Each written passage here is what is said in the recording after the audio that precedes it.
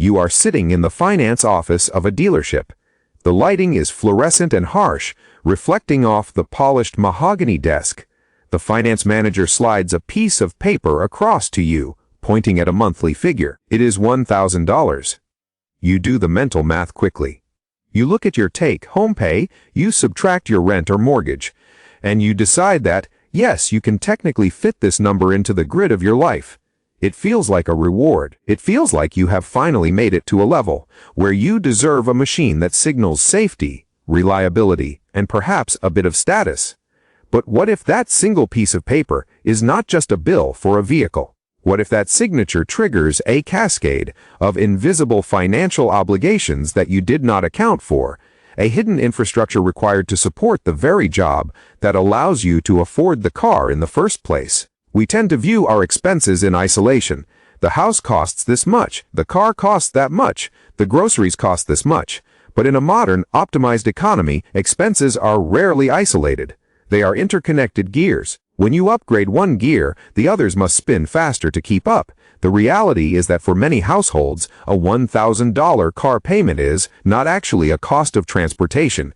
It is the entrance fee to a high overhead lifestyle. It is the first domino in a chain of spending that transforms your income from a stream of wealth into a relentless current of maintenance payments. To understand why that payment actually costs you $4,000 or more in real, lifestyle-adjusted terms, we have to look away from the car itself and look at the invisible economy of time, convenience, and the silent second rent. Let's begin by looking at the average American ledger. According to the Bureau of Labor Statistics Consumer Expenditures Report for 2024, the average household spends $13,318 per year on transportation. That is roughly 17% of total spending. It is a staggering number, second only to housing. But here is the catch. That number is an average. For the ambitious professional or the dual-income family, the cost is often higher, not just in dollars, but in the structural rigidity it imposes on life. When you commit to a high recurring payment for a vehicle, you are implicitly committing to the income required to service it. This sounds obvious, but the implications are subtle. To maintain the income that justifies a luxury car note, you typically need to work a job that demands high availability, high energy, and, crucially, a significant amount of your time. This creates a deficit. You are trading time for money to pay. But once you have traded away your time, you enter time poverty. Research from the Levy Economics Institute in 2025 highlights this phenomenon, noting that approximately 39% of single adults suffer from time poverty. The numbers are even more skewed when we look at gender lines, with employed women facing a 9 percentage point gap compared to men. When you are time poor, you cannot afford the slow, cheap way. You cannot cook from scratch every single night. You cannot spend Saturday morning fixing a leaky faucet. You cannot wait for the bus. You buy your way out. This is where the hidden math begins to accelerate. The car payment is just the visible peak of the iceberg. Beneath the surface lies the hidden convenience tax. Because you are working the hours required to support the car, you must now outsource the domestic labor you cannot perform. You start paying a premium for speed. You buy chopped vegetables, you order delivery, you hire a cleaner. You pay for a more expensive gym that is closer to the office, because you cannot spare the extra 20 minutes to drive to the cheaper one. These are not frivolous luxuries. In a time-poor household, these are operational necessities. They are the support beams keeping the roof from collapsing. You are not buying these things because you are wasteful. You are buying them because your high fixed cost life demands efficiency at any price. Let's construct a realistic scenario to see how this plays out on paper. We will look at a hypothetical dual-income couple, the Millers. They represent a very large demographic. In fact, according to the Bureau of Labor Statistics, 49.6% of married couple families are dual income. Both partners work to maximize their revenue. They decide to upgrade one of their vehicles to a nice SUV. It has a $1,000 monthly payment. On the surface, the cost is $1,000. But let us peel back the layers. First, there is the gross income requirement. To pay $1,000 in post-tax money, assuming a roughly 30% deduction for taxes and benefits, the Millers must earn about $1,428. That is the hard cost to the employer. Next, we add the direct vehicle costs, insurance, premium gas for a nice engine, and maintenance. Even a conservative estimate puts this at $300 a month. So now, the cash outflow is $1,300. But now we have to factor in the lifestyle enablers. Because the Millers are both working jobs that justify this level of spending, they have children in daycare. This is where the math becomes brutal. Data from Child Care Aware of America in 2024 shows the average price of child care has hit $13,128. That is a 29% increase since 2020. If the Millers' jobs require them to use extended hours or premium care, that cost is effectively a tax on their employment. Furthermore, we are seeing childcare inflation running hotter than almost anything else. The Bank of America Institute noted in October 2025 that childcare payments increased by 5.2% year-over-year, which was 1.5 times faster than overall headline inflation. So, the Millers are paying a rising premium just to have hours available. If the Millers decided to downgrade their lifestyle, drive two older, paid-off sedans, and have one parent work part-time or remotely with less intensity, they might reduce their childcare needs significantly. But they can't. The fixed cost of the car note locks them in. So, we attribute a portion of that convenience spending to the car's infrastructure. Let's say the stress and time deficit leads to extra dining out. That is an extra $400 a month in dining out, and $200 a month in outsourced services like lawn care. We are now looking at a total monthly impact that far exceeds the payment. The $1,000 car is the keystone of a lifestyle. It requires $3,000 or $4,000 of monthly churn to sustain. You might argue that this is unfair accounting. You might say, I would need childcare and food anyway. And that is a fair counterargument. Reasonable people disagree on how much overhead should be attributed to a purchase. If you would work the same job regardless, the car is just a car, but behavioral economics suggests we rarely operate that way.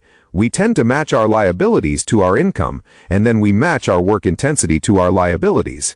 It is a feedback loop. When you lock in a high fixed cost, you remove the option to downshift. You eliminate the possibility of taking a lower, paying lower stress role that might allow you to cook more and commute less. This brings us to the concept of the second rent. Most of us understand the first rent, the cost of housing. It is the biggest line item for almost everyone, costing the average household $26,266 a year, or 33.4% of total spending, per the 2024 BLS data. But the second rent is the aggregate cost of subscriptions and car payments. It includes insurance premiums and minimum payments that hit your account. The danger of the $1,000 car payment is that it solidifies this second rent. It raises your monthly minimum, the amount you must generate just to exist. When your monthly minimum is high, you lose liquidity. You lose the ability to absorb shocks. And strangely, the physical sensation of having money is disappearing. Consider the physical act of spending. The Federal Reserve Bank of Atlanta's Diary of Consumer Payment Choice indicates that the average amount of cash a person carries dropped. It dropped from $81 to just $67 in 2024. We are becoming detached from the friction of payment. When you tap a card or set up an autopay, the pain is anesthetized. We do not feel the thousands of dollars leaving our ecosystem. We only feel the possession of the keys. This lack of friction makes it easy to stack recurring costs. They form a prison of obligations. Let's look deeper at the mechanism of commuting itself. We often justify the nice car because we spend time in it. It becomes a sanctuary. If I am stuck in traffic for hours, I want to be comfortable. I want heated seats and soundproof cabins. This is a rational response to an irrational situation. It is a trap. By making the commute tolerable, we enable ourselves to live further away. The financial support for this commuting lifestyle is entirely on the employee. Only 10% of private sector workers had access to subsidized commuting benefits. The burden is yours. The wear, tear, fuel, and the mental load. When you finance a luxury vehicle, you are subsidizing your employer's lack. You are paying a premium to make an inefficient system feel bearable. Now, there is nuance here. This doesn't apply to car enthusiasts. If you sacrifice other areas of spending to support your primary hobby, if you live in a cheap apartment and never eat out, that is a conscious allocation of resources. The danger arises with defaults. It is also important to acknowledge that some need a reliable car, if you drive clients or have a long commute in harsh weather. However, there is a massive chasm between reliability and luxury payments. The former is a tool, the latter is often a status signal.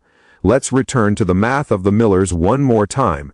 We will look at the long-term opportunity cost of that payment. This turns the $1,000 into $4,000. It is the future value of the money you are spending. Imagine investing that payment into a boring index fund instead. The compounding effect over a decade is truly astronomical. But the hidden math is about the step cost of life. A step cost jumps up vertically when you reach a threshold. Buying a luxury car often forces you up a financial step. You might feel the need to move to a garage neighborhood. That is a significant step up in your housing costs. You pay for detailing instead of the cheap car wash. You park in expensive lots to avoid any potential dents. These micro decisions accumulate into a massive macro financial drag. This is lifestyle creep viewed through asset protection. Expensive assets require expensive insurance and protection mechanisms. You become a curator of your own private museum. You pay for lighting, security, and climate control for assets.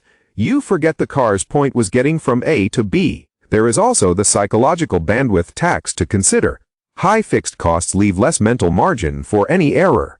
You cannot quit a toxic job because payments are due. You cannot take a sabbatical or pivot your career easily. This lack of optionality has a financial cost. It forces you to stay in the accumulation phase longer.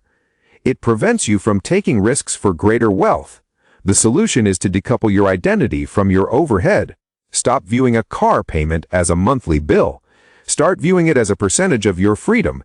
If a car payment represents 3 days of labor every month, you work 10% of your year for the car. Is that vehicle returning 10% of your life's joy? The mental model to adopt is total cost of ownership. Apply this model to your entire lifestyle. Ask, does this car require me to maintain my income? Does this purchase force me to outsource my life? If the answer is yes, the car is a golden handcuff. Housing costs swallow 1/3 of income and childcare inflation. The margin for error is shrinking in the financial landscape. The one variable you control is your fixed overhead. The car payment is often the easiest lever to pull. It is harder to move houses than to downgrade vehicles.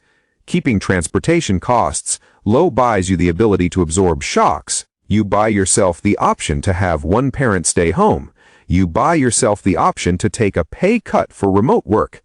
You are not just saving money, you are buying structural resilience. The next time you sit in that dealership chair,